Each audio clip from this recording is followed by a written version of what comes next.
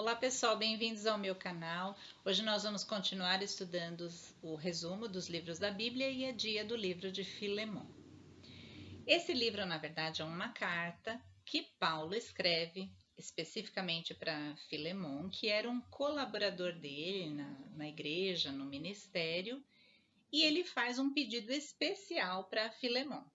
Quando ele escreve essa carta, ele está preso lá em Roma, Paulo, né? E nós vamos ler aqui algumas coisas dessa carta para você entender melhor, tá? Então, capítulo 1, versículo 1 diz assim: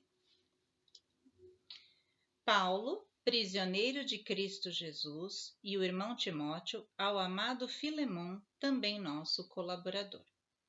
Então, prisioneiro de Cristo Jesus, porque por causa do evangelho ele estava preso lá em Roma, e ele envia a Filemon, que é um colaborador ali do ministério de Paulo, de Jesus Cristo. Aí ele faz um pedido para ele. Então vamos ler? Primeiro ele fala no versículo 4 que ele dá graças a Deus pela vida de Filemon, que é um excelente colaborador, que ama Paulo, que ajuda Paulo em tudo que ele precisa. Então ele vai falando, né? Do versículo 4 até o versículo 7, ele vai agradecendo e elogiando Filemon pela sua atuação ali no ministério.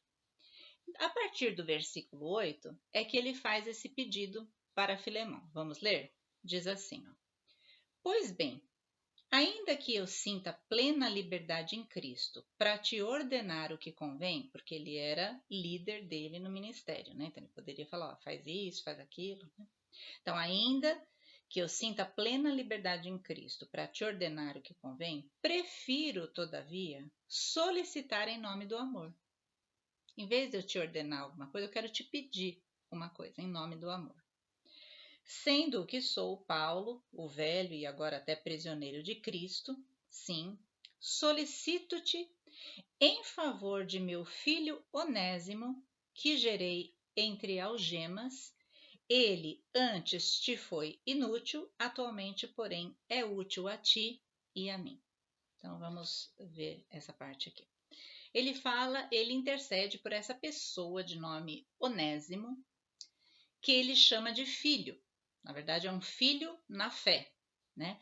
Onésimo era um escravo de Filemon, que fez coisas erradas e fugiu. Então, ele fugiu de Filemon há um tempo atrás. Nisso, durante lá o ministério de Paulo, ele acaba encontrando Onésimo, assim, né? Conheceu Onésimo e falou de Jesus Cristo a ele. Onésimo se converte, mas se converte assim genuinamente de todo o coração, se arrepende dos seus erros e se tornou um colaborador da igreja. Então ele era um filho na fé de Paulo. Ele era uma pessoa muito importante e, como ele diz aqui, muito útil ao ministério. E aí Onésimo conta a história dele, tudo, que ele era escravo de Filemon e que ele não tinha nem cara de olhar para Filemon, porque ele saiu fugido de lá e etc. Paulo, sabendo dessa história, manda essa carta para Filemon para que Filemon perdoasse o seu ex-escravo Onésimo, que agora não era mais escravo, né? Agora ele queria que ele recebesse ele como um irmão em Cristo. Vamos continuar? Então vamos lá. Aí no versículo 12. Eu te envio de volta em pessoa, quero dizer, o meu próprio coração. Estava pedindo para ele receber ele como se recebesse o próprio coração de Paulo. Eu queria conservá-lo comigo, o Onésimo, para, em teu lugar, me servir nas algemas que carrego por causa do evangelho. Porque muitas pessoas ajudavam a Paulo. Depois, no final, aqui ele até fala, né, dos colaboradores dele. Porque como ele estava preso, ele precisava de ajuda. Ele estava preso e ele ainda tinha que pagar a casa que ele estava preso, porque era uma prisão domiciliar. Então, ele tinha que pagar o aluguel daquela casa, ele tinha que pagar o seu sustento, não era tudo sustentado pelo Império Romano, né?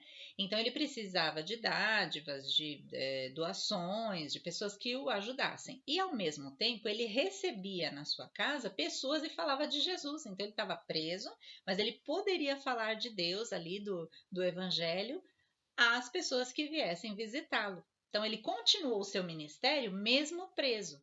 E para isso ele precisava de colaboradores, porque ele não podia sair para resolver as coisas. Então, ele tinha pessoas que ajudavam ele. Então, tinha Lucas, tinha Demas, tinha Aristarco, tinha várias pessoas, Marcos, né? Ele vai falar aqui no final. E Onésimo era uma pessoa que ajudava muito. E ele falou assim: olha, eu até gostaria de ficar com ele aqui para ele me ajudar. Então, é isso que ele está falando nesse versículo. Mas, então vamos lá. Então, no 13, né? Eu queria conservá-lo comigo, mesmo para, em teu lugar, me servir nas algemas que carrego por causa do evangelho.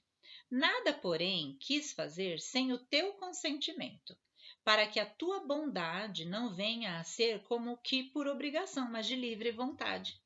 Ele queria falar assim: olha, eu quero te dar a oportunidade de você perdoar e expressar essa bondade que Cristo manifestou em você.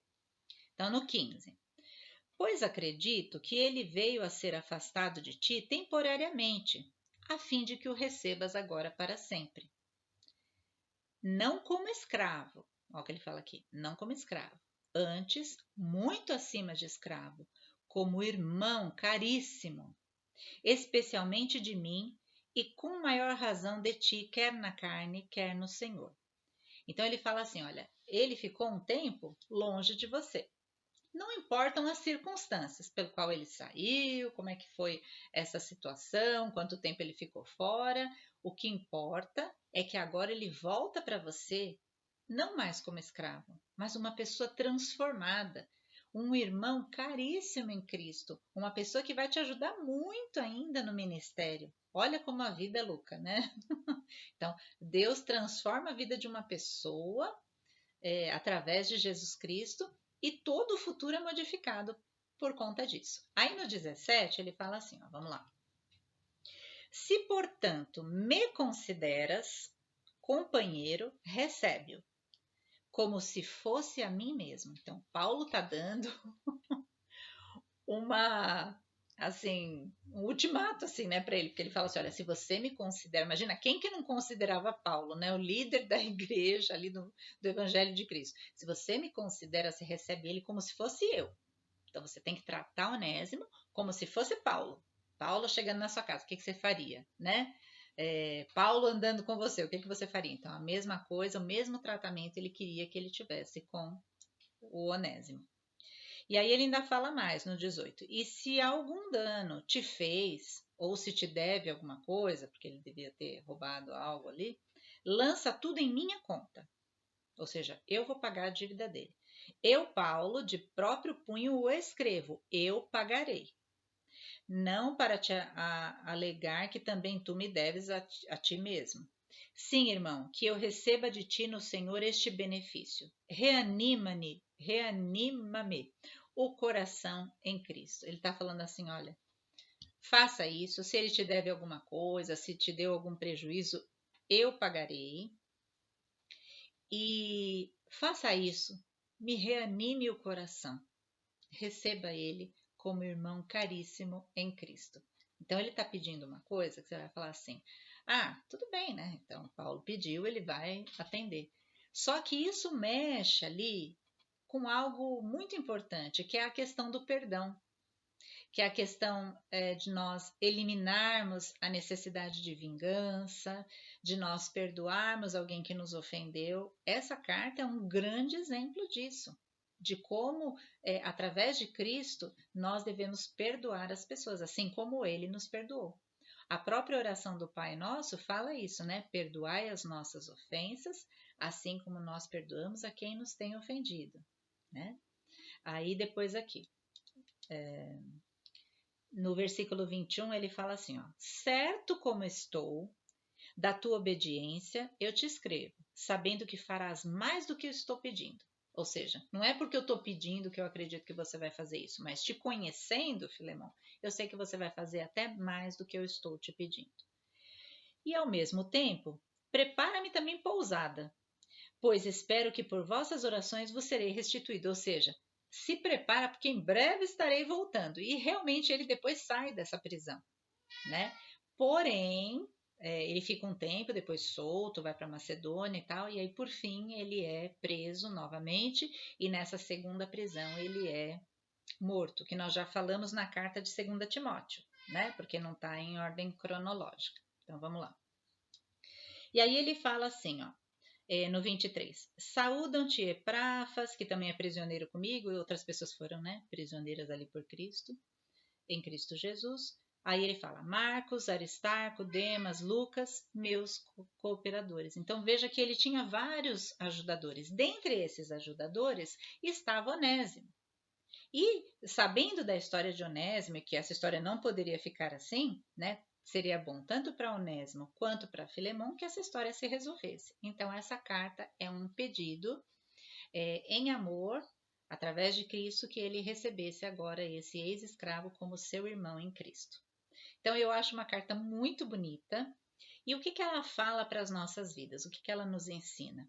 A importância do perdão, de nós não guardarmos mágoa das pessoas ou das situações, de nós liberarmos esse perdão, de nós olharmos para frente, para o futuro, que Cristo pode muitas coisas em nossa vida. Outra coisa que nós aprendemos é que mesmo um escravo fugitivo, que fez tudo errado, que tinha uma vida toda destruída, Deus pode transformar numa pessoa digna, como ele fala, que recebe-o como um irmão caríssimo.